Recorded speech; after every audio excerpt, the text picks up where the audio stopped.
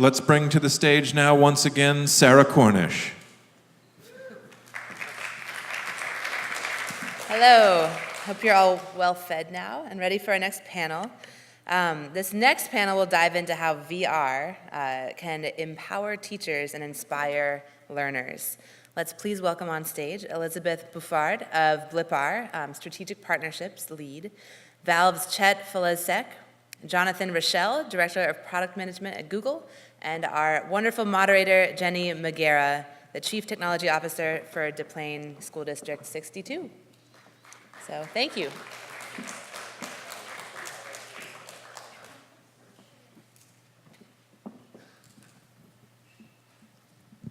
All right. Hi, everyone. Welcome. Thank you guys for coming to our panel.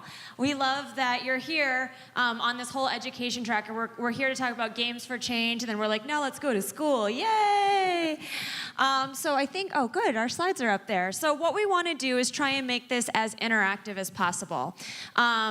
As you've been going through different panels today, hopefully you've had a chance to interact with some of the amazing panelists. Today we want you to be able to do so during the panel and not have to wait till the end.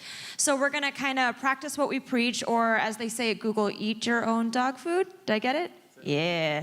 And we're going to use a new Google feature in Google Slides called Google Slides Presenter View with Q&A. So if you can take out your cell phone, your tablet, your laptop, any internet-enabled device, and in all lowercase, go to goo.gl/slides/VWDRSK. It is all lowercase, and you're going to be able to ask questions to the panelists and then up and down vote each other's questions. So if you think someone has a totally rad question, you're going to upvote it. If you're like, boo, we don't want to hear that question, you can downvote it. So it's a little bit interactive. It feels a little bit like a game. Nailed it. Games for Change. We're already playing a game. But while we're waiting for your questions to come in, I'm going to go ahead and begin the panel and start asking some of my own. So my name's Jennie Magiera. I'm the CTO from a school district out in Chicago, Illinois. And we are a K-8 district who's been really looking at AR and VR for schools. So I'm really excited to be with these three esteemed pillars of the AR and VR world. And I'm going to ask you guys to start off by just introducing yourselves and telling us a little bit about where you come from and what your organization does.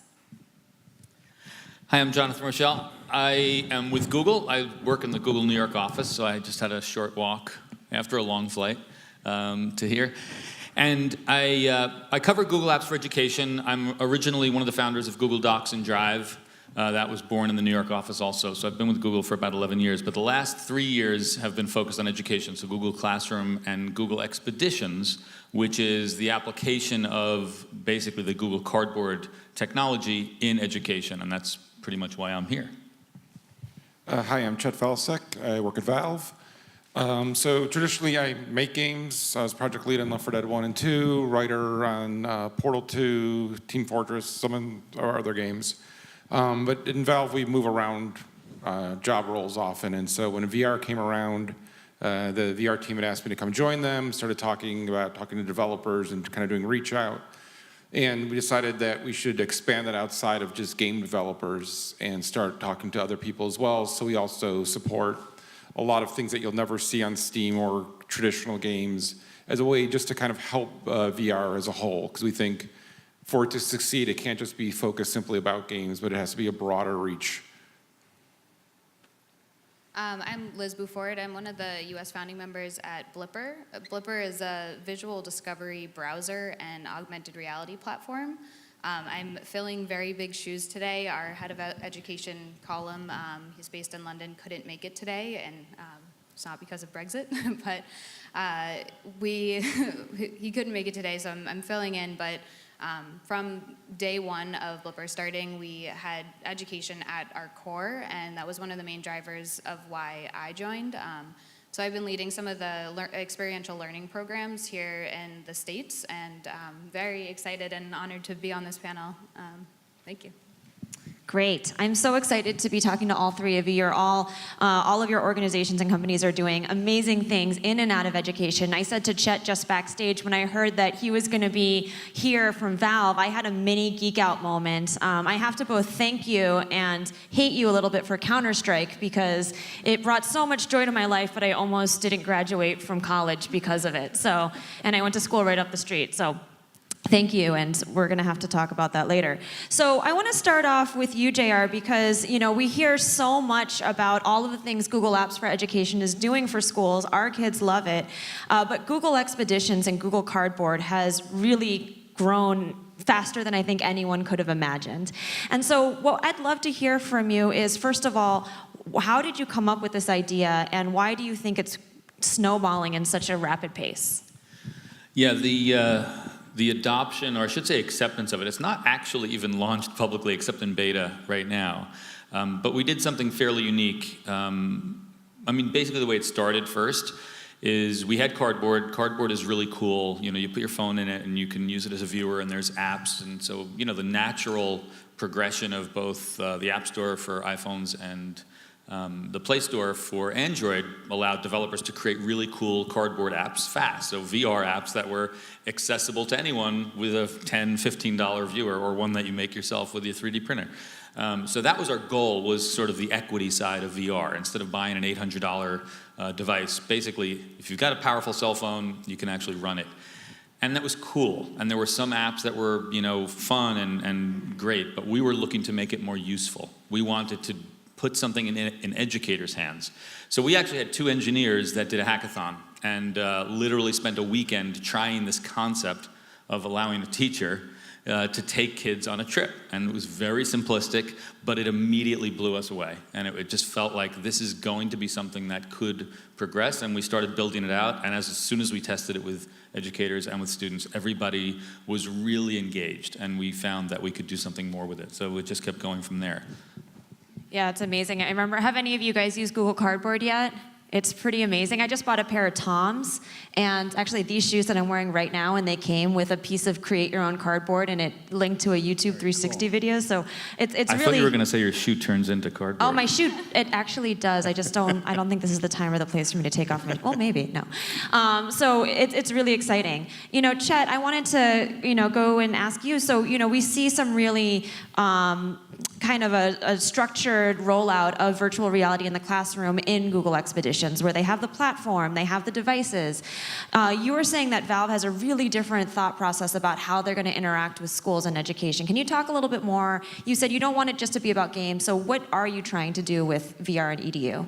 Well, so a lot of what we do is we reach out to universities, or they reach out to us, and we kind of have that start to be a conversation, and we start seeing what they're doing. For us, we'll just be honest, K through 12, we have not had a lot of luck there. It seems like that's a more top-down, large, as we call it, large check approach, and that's kind of stopped some of our other initiatives. So we've kind of looked at the university level and try to not have it be about individuals there, because supporting somebody's master's thesis is way less interesting than supporting somebody's program. And so we try to look to see what people are doing, engage with them there, and then see how we can support. So when you're going in and you're looking for universities, what are some of the interesting challenges or projects that you have come across?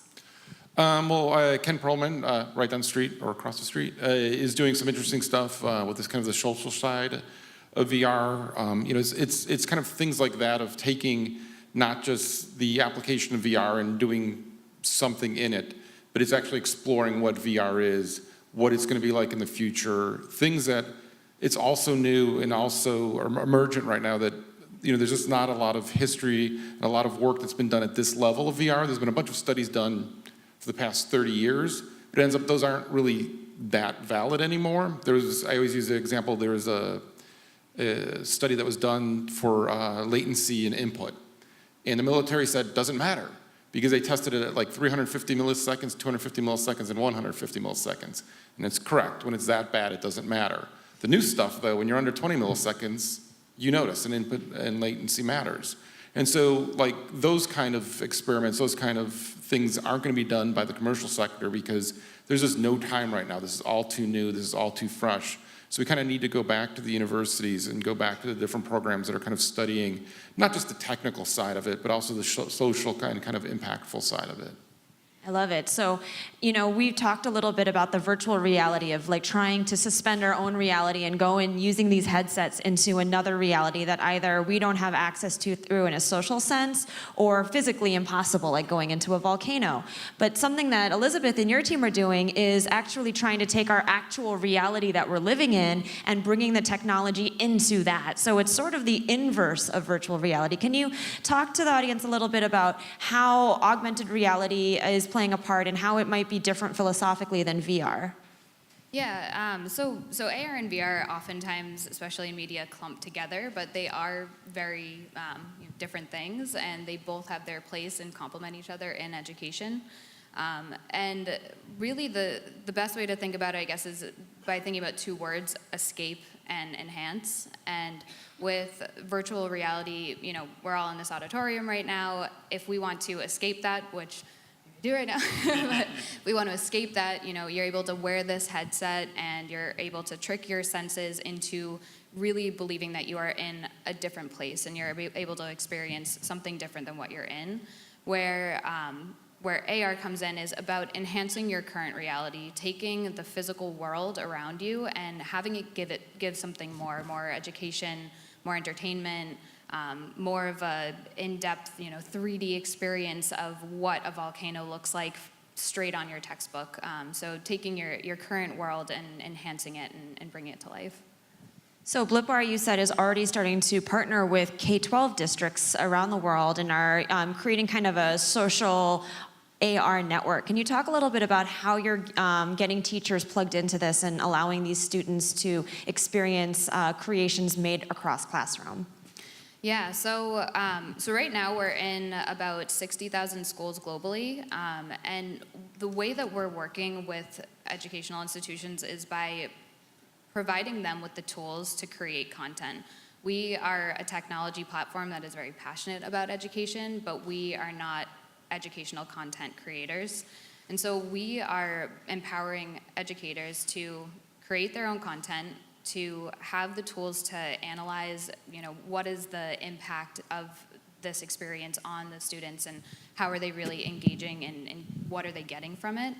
And then the third part is this community that is also available through this tool where teachers from around the world can upload their experiences, can inspire someone from the total other side of the world on what they may be able to incorporate into their lesson plans.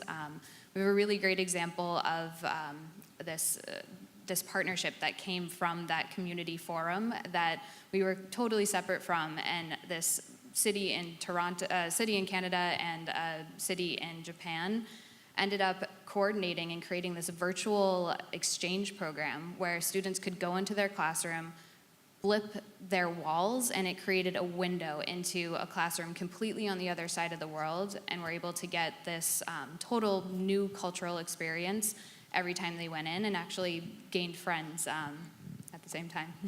Oh my God, I love that. And that's actually a really interesting phenomenon of what technology is doing to classrooms these days. Really, teachers get such bad cred all the time. As a classroom teacher, you'd hear about people like, oh, you're so lazy, you get the summers off, and I'd get so mad because teachers will literally climb mountains if they think it's the right thing for their kids. And I think a great example is Google Expeditions. JR, you made a really great point earlier that it's not even actually publicly released yet, but I hear that you have a problem with teachers like literally trying to find ways to bootleg into it. They're like creating their own kits, they're trying to figure out how to, bring Google Expeditions into their classroom. I'm sure you get a million emails a day from people begging to be in the beta program.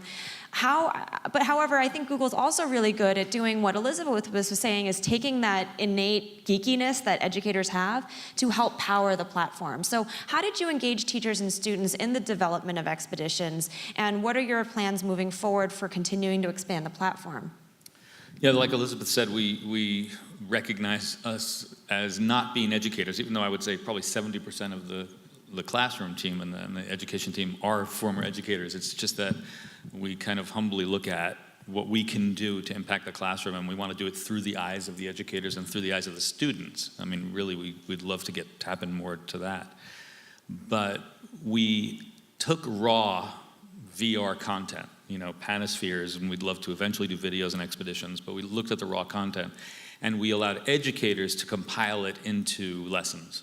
And I think in the beginning, because it's so new, I think we fell into the same trap we've fallen into with former educational content as it was new, videos and even text when it was being distributed in different ways on DVDs and things, where it was just, here's a trip.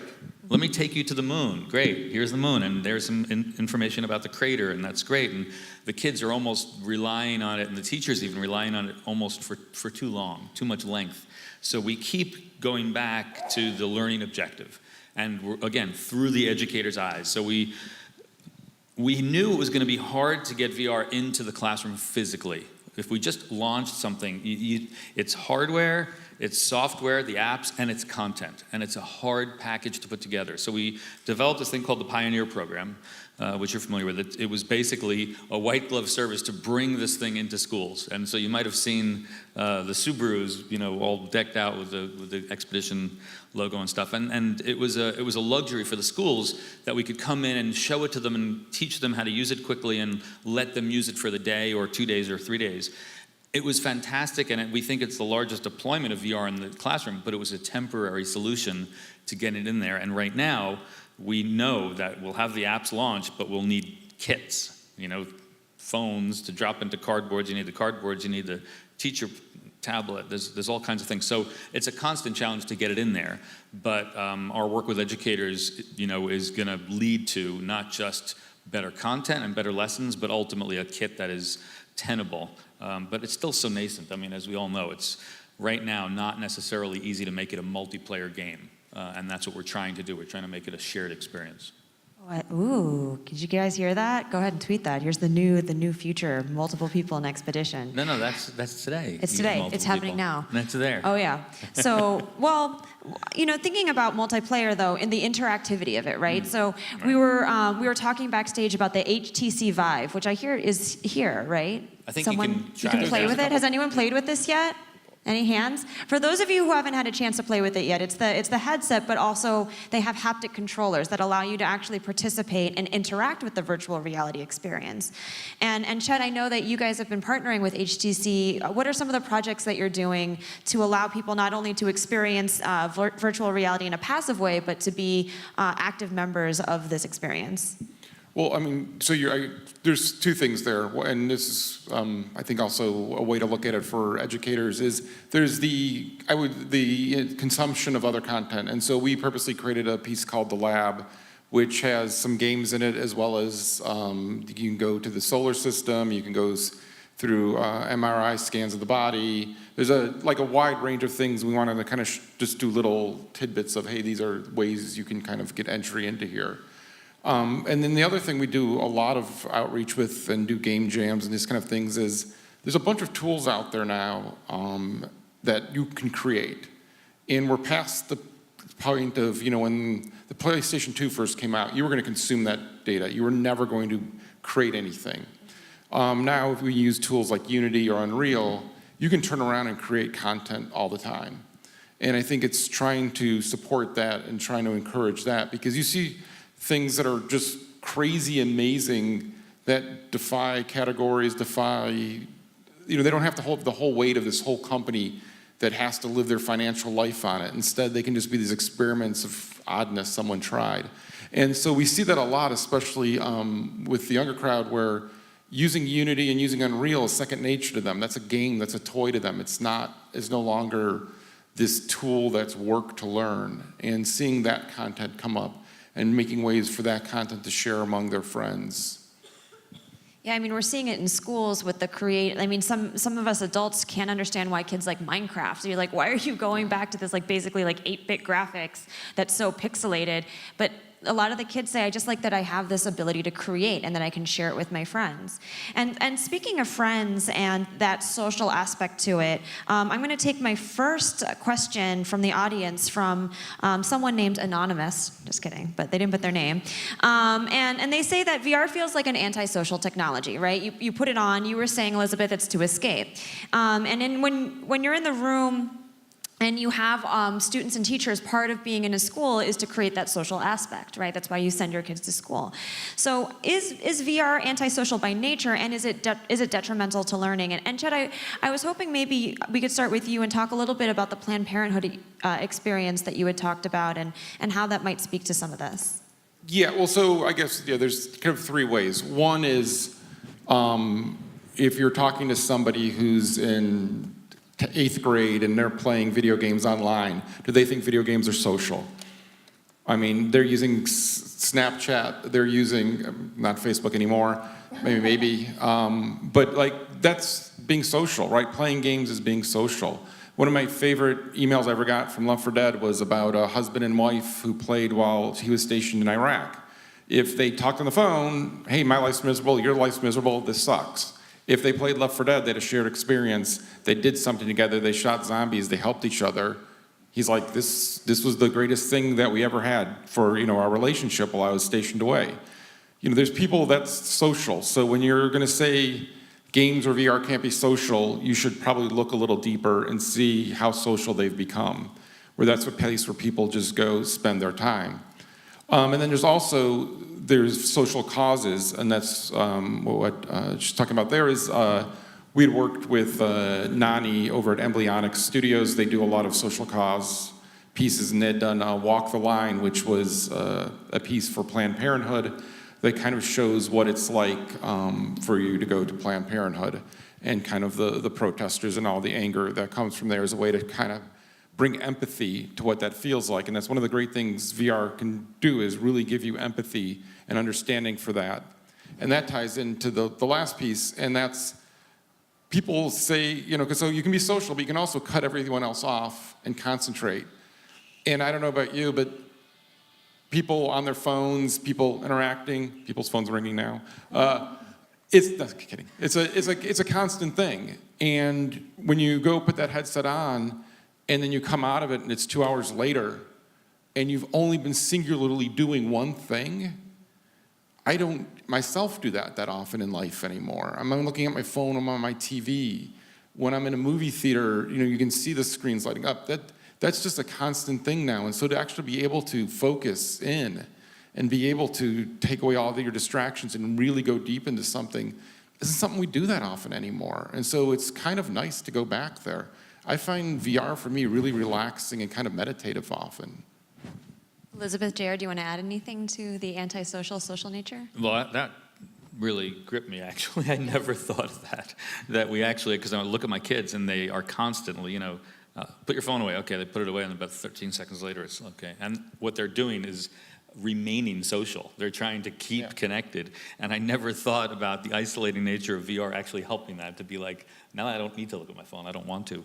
But for us, we were trying very specifically in expeditions to make it a shared experience, so that the teacher is guiding 30 kids at once, maybe more, to the same place. And we also don't put head straps on purpose. It was one of the most requested features by the kids, was please add a head strap, my arms are tired. And A, they shouldn't be using it that long. And B, we want them to be able to say, did you see that? Did you see the shark? No, look, and it's like, no, look over here. And you can see we have pictures of these, kids, and they're constantly sharing each other's. One picture is classic, because the girl is sharing hers to him, and he's sharing, and they're looking at each other's, but they're looking the same way, so they're seeing the same thing. So, but we were trying to bring that, and we think we should bring more of that. I do have a feeling that AR helps a little bit with at least the isolation perspective. At least I can be here and see you, even if I'm seeing a flower growing out of your head. At least I know you're there. And VR does actually be like, okay, now I'm just inside of something, and I'm a little worried about it. But I see solutions to that as well. Yeah, I mean, that was beautifully put. I think as far as, the VR aspect of it goes, AR definitely is a very social piece. We see the repeat interactions, they're very high, and it's not because someone wants to blip the same thing over and over, but they're actually showing their friends, and they're really trying to involve those around them, because it is this, mind-blowing, not of this world thing that's happening. So definitely we've seen it become, a really social and exciting way to learn. So I agree, and I think, when we brought expeditions into our classroom, the kids did the same thing. And the other thing that they were doing a lot that we found was, I have a question that also mirrors from Ariella Lehrer. Sorry, Ariella, if I mispronounced that, from the audience. And she's asking about young children. So she's saying, what is the opinion of all panelists about kids under 12 utilizing both AR and VR, specifically VR breaking binocular vision, but both having possible detrimental effects to the developing brain. Something that was interesting to our district when we brought expeditions in was it was specifically said to be grades 3 and up, correct? Seven. So age is 7. So we just translated to grades because we couldn't card our kids in 3rd grade, how hard are you? But so, we wanted to know kind of what is that? Does that have anything to do with, being an educator? I remember Vygotsky and Piaget of the kids' understanding of self, and you put a sticker on their forehead and they look in the mirror, but then they have virtual reality and they're someone else.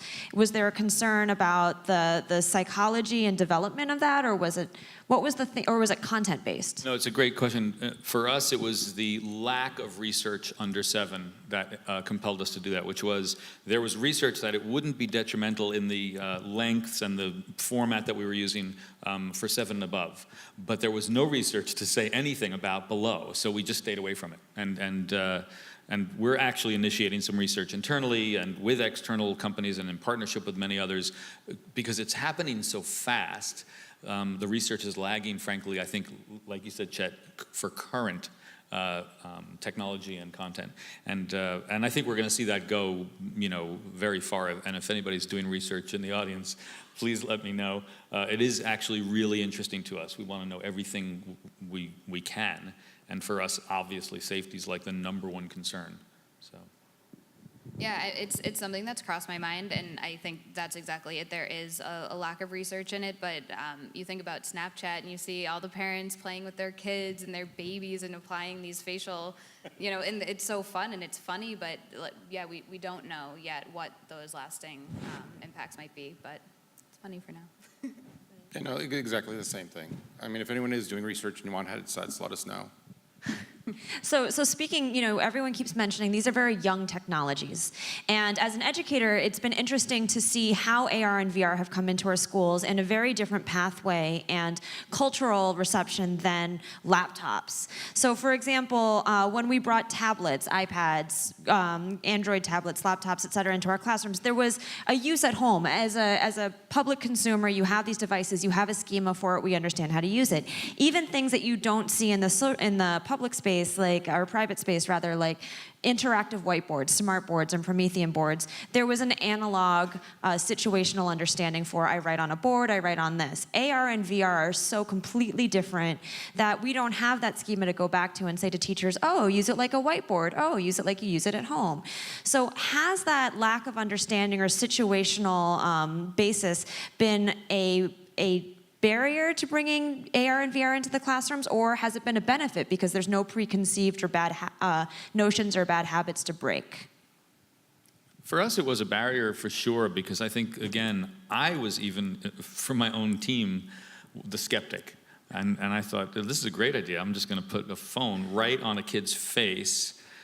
We already have so many misconceptions about what we do in education. That's just what I need, is a phone on every kid's face in 3rd grade. So, but then I went to the class where we were testing, with a brand new class, new teacher, never heard of it, didn't know what we were doing. The students were completely new, and the response was so overwhelmingly positive. It transitioned me immediately to the positive, but we felt like we had to put it in people's hands. And so yes, it was expensive, it was hard to do, it was all these things, and so it was a barrier. We just came up with a way that we could get through that, and we're lucky, right, because we're well funded, so we could do something like that just for the sake of seeing where the technology could go. But we've spent a year doing that. And it's been incredibly rewarding, and it's given exposure to the platform. But I think we need that. I think we need more exposure more broadly. Parents need to try it. So I often bring cardboards with me to parent meetings and things. And I'm on the board of my K-8, so I face it with that group as well. It's like, wait, Google's coming with putting phones on kids' faces? Really? You're on the board, but should we be doing that? So it is a barrier, though, I think. Yeah, I mean, definitely when you see the response that kids have to these experiences, it's validating. And we, from day one for Blippar for Education, we invested in our insights team, who are doing two things. One, working directly with the teachers to see how we can make the tools better and easier and quicker to use to create the content. But we're also very much interested in what the kids are getting out of it, whether it's helping them, whether it's just a distraction, what are all the elements that they're taking away from it.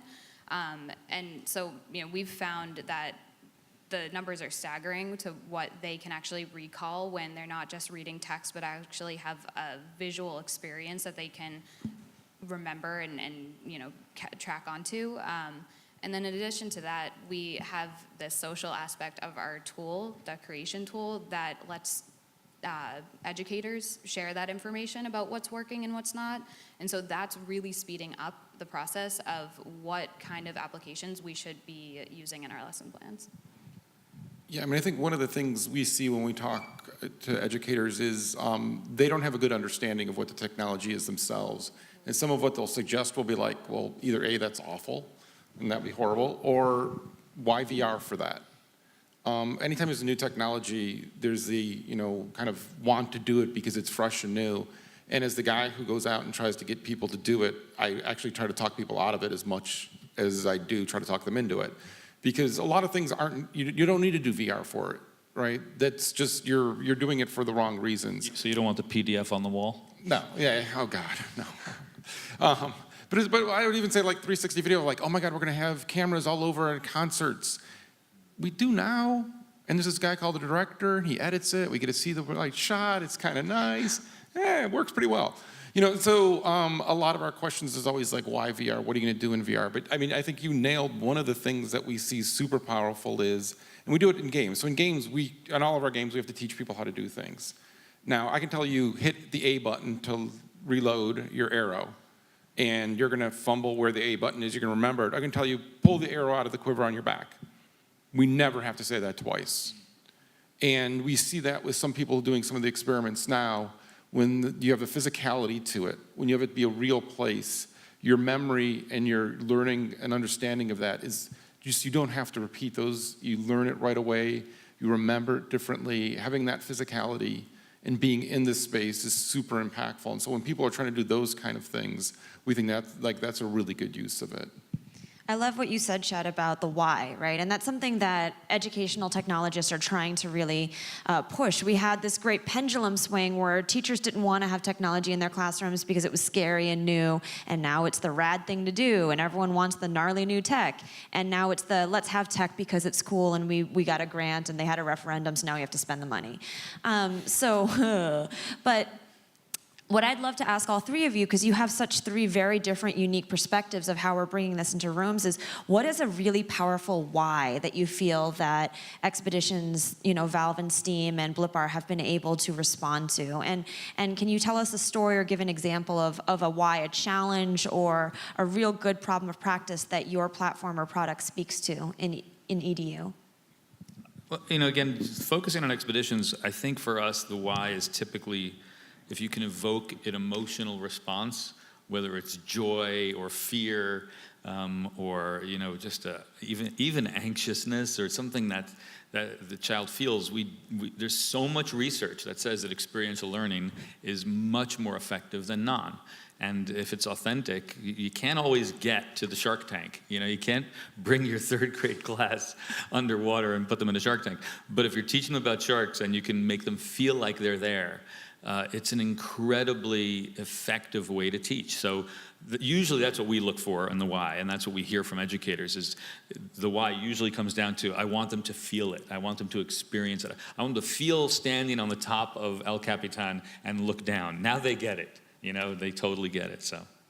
Yeah, actually, so the very first time we got Google Earth given to us so we worked with Google. So Google Earth, we showed at GDC the first time. And so they had this really weird, hacky back end, and they'd chosen all the places to go. And we had no control over that. So the first thing, of course, we did was spend an hour figuring out how to put in our hometown, because you want to go visit your hometown in VR. Hometown, Seattle, both, I understood entirely differently when I was a giant walking through them. And this is Cleveland and Seattle, and they're both places that I drive through. I think I understand pretty well. And all of a sudden you're like, oh wait, that's right. That's why that always happens. Or your understanding of that physical space was so different by having that perspective that Google Earth brought to it, that it was like really clear of like, I want to see more things like this. We do a lot of the photogrammetry where we actually have one of our guys, just essentially when he goes on vacation now, just goes and takes 1,000 pictures of a site, and he can come back and we can all go be there. We can go to a mountaintop. We can go to a field in Iceland. And it's insanely compelling being there. We do a couple little tricks like have a little bit of movement in grass, have a bird fly by, and your brain's like, yeah, okay, I'm here. Why aren't I cold? And it's just really effective. Yeah, so with Blippar, our vision for education is to turn the physical world into an interactive learning environment. And my complaint, and I know other kids can resonate with this, is I hated math. I absolutely hated it. And I would say to my mom, give me a real world application where I'm going to need this, and then I'll do it. And there was never that connection between the real world and what you're learning in the classroom. And so, one example of kind of where we're bridging that, we worked with an extension of the Boston Globe, their experiential agency, and they gave us the challenge basically saying, how can we help educate the greater Boston area students about environmental sustainability in their own homes? And we collectively came up with this experience that has a giant gym-sized inflatable replica of a home, and students can walk through and use AR to identify the different energy inefficiencies. They'll find a tap and have that tap come to life, flow with water, and then ask a question, how many gallons of water are we wasting when you leave your tap on? And it's the most exciting pop quiz you'll ever take, and it's also real life examples of, how you can apply what you're learning in the classroom to your home, and that was, a great, exciting way of, how we're kind of bridging that gap. Gosh, all of those whys are so exciting, and I'm like, I'm so mad our kids are on summer break because I want to go back right now to Chicago and be like, hey kids, let's do this. Download Blippar. So, you guys all talked about 3 really compelling whys, and I'm sure we could sit here all day long. They were very strict about this red clock right here and how I can't go over it. So we have 8 minutes and 29, 28, 27 seconds left. So, we could sit here all day and talk about the whys. The next question that I have from the audience, though, is from Anonymous again. Really popular question asker. And Anonymous is asking about how are your companies working with teachers, both K-12 and college university, community centers, families, boards of education, to help them understand the why, but also to understand the pedagogy or the teaching practice that it takes. Because it's a really big shift in thinking as a practitioner to go from I'm going to sit in front of all of you and talk at you for 45 minutes like we're doing right now, to I'm going to have you experience the world or experience your actual world in a different way. So what types of programs or outreach platforms do you have? We're definitely still in discovery mode, and we have a couple of things. One is just all our customers we kind of view as partners, and it's something that we reach out through all kinds of ways. There's groups that get together, there's online Twitter groups and other platforms that are indispensable just in the really quick ask, and almost rate different ideas. But we also have a much tighter group of, we'll call them trusted testers, since we call internal testing dog food, we call that school food, but they're literally people that we go to as teachers, as educators, as administrators, and students even, that are signed up to give us very direct feedback on features and on ideas. And then we have another group that we're working with specifically to test out content creation and to say, how can we make it so that this content is embedded in a lesson in a more effective way? And that's helpful for both with K-12 and with university. The university looked at it more as, hey, this is a research project, and K-12 looked at it as, this is going to be useful for us. But we connect with everyone. So like I said, we're not really doing anything K through 12. If somebody does have something compelling or a program or something, come talk with me. But what we've just done is as much outreach as we could of demoing to as many people as we can. And then as those people get excited, they introduce us to other people. We kind of have like a filtering system where, if Ken Perlman tells me, hey, this guy's doing something really interesting, then we go send them something or we go start talking with them. And we often don't worry about the actual what they want to get done, because we can sometimes look at that and go, we know that won't work, but how you're approaching it's smart, and you're going to figure out that doesn't work, and you're going to figure out the right thing to do. And so we'll always happily send off a kit that way. Both the demos and the sending of the kits is kind of this fishing expedition. A bunch of them are just, it's a waste. And every so often, though, the one wasn't a waste, made everyone else's worth it. And so we'll keep that approach going. Yeah, so learning about the, how to apply it, I know I keep going back to this tool and this community and, what teachers can share with each other. I think that's a really important part of it. And it is, by the way, completely free, always has been, always will be for educators. So Colum would kill me if I didn't say that, so it's out there.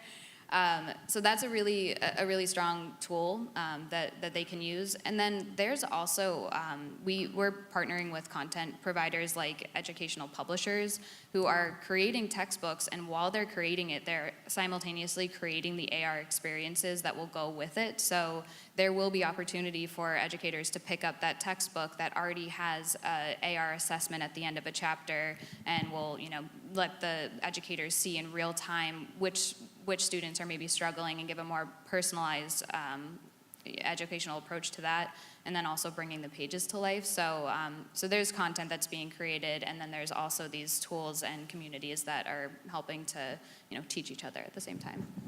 So I'm hearing a lot about how, right now, obviously AR and VR are fringe technologies. They're things that some people are doing, oftentimes in silos of innovation, but it's not something that's become mainstream quite yet. We also, even with AR, you don't see a lot of people like walking down Fifth Avenue and being like, oh, anthropology, let me go ahead and like scan it and see if there's any sales. But I assume that's kind of where we want to go down the road. So in terms of, education becoming, a platform for it, do your company see EDU as a place to create a generation of people who are thinking along these lines? There has been some positive and, maybe some critical comments about Google going into the Google Apps K through 12 space, and what is Google getting out of it? And the negative comment is, oh, well, you're having a future of Google users. And good or bad, I personally can say from our school district, we're like, we don't care, it's free and it's awesome, we're gonna use it. But do you see your role in bringing VR to education? Obviously, you wanna help students and create educational opportunities for them, but what are we also saying about the future that they're growing up into by bringing these into the classrooms now? I think it's bringing reality into the classroom, ironically, because they are going to live in the world that has this technology. And it's the same feeling I have about taking kids' phones away. I could see where there's a time for no distraction, and if that's the only way you can achieve it, that's great. But to teach as if they don't have Google in their pocket or don't have any search engine in their pocket, Blippar, in their pocket, is, for me, it's craziness. That's the world they live in. My sons or my daughter, they wouldn't hesitate to look something up. I still have to be trained to say, okay, Google, what's the weather tomorrow? But for them, it's natural. Or, if we're somewhere and somebody, I heard a story up here before, it was so great. Jesse Schell, such an amazing thing about an 11-year-old that looked up why stainless steel is magnetic. I don't know if you guys heard that. It was awesome. He didn't hesitate to look that up on, and the adults sitting there, gee, I wonder what, maybe I'll go to the library and look that up. It's like, no, this stuff is going to exist. So if VR is going to exist, it's not like we're bringing it in with some, ulterior motive. It's that they are going to be using it. So we should teach them about it. We should let them know how to use it. And it's like digital citizenship. If I'd rather my second grader or my fourth grader fail and write a stupid reply to all than a 45-year-old. Let's not let them wait that long like we did. So. For us, it's really pretty simple. So we've been working at this level of virtual reality with room scale, low persistence, so you're not getting sick. You can stay in it for a long time, for a while, maybe longer than anybody. And we think once you get exposed to it, you realize, oh, this is great. I don't think we're at the point yet where it's a slam dunk. We want to make sure that this takes off, and as this takes off, that it takes off into a world where it isn't a bunch of walled gardens, that it's an open platform that people can choose to innovate on top of what exists there without one person controlling it, one company controlling it. And so for us, when we look at education, when we look at the universities, that's education too. It's about giving this so that it's ubiquitous, that everyone's just like, oh, this is just part of life now. This is one of our tool sets that we have. This isn't a special thing that's lofty off in somewhere. And so trying to make it just a simple, common thing for everybody this is one approach to do it. And that's why, we don't just do our platform worrying about what's on there, but try to have a broader reach for it. Yeah, I mean, there's, of course, endless content that lives in your smartphone. With this new ability with AR and with computer vision, which is really where we're tapping into now, and being able to, have your garden itself, recognize a flower and have it tell you about photosynthesis. I mean, yes, we want kids to take this outside of the classroom and turn their phones into, little teachers in their pockets, and be able to explore and discover more and more about the world around them. Yeah, absolutely. That's what we want to do. Well, I'm so excited to hear about all the things. I wish this panel was a lot longer so we could hear more about what you're doing. I hate texting and walking. I can't wait to use Blippar more. I downloaded it the other day, and it's been great already. Please, more Counter-Strike, but also virtual reality. Thank you for everything you guys are doing at Valve, and Google literally runs our entire district. So on behalf of the children of the city of Chicago and the universe, thank you guys for what you're doing. Thank you, everyone, for coming and listening today, and we hope you enjoy the rest of your time at Games for Change.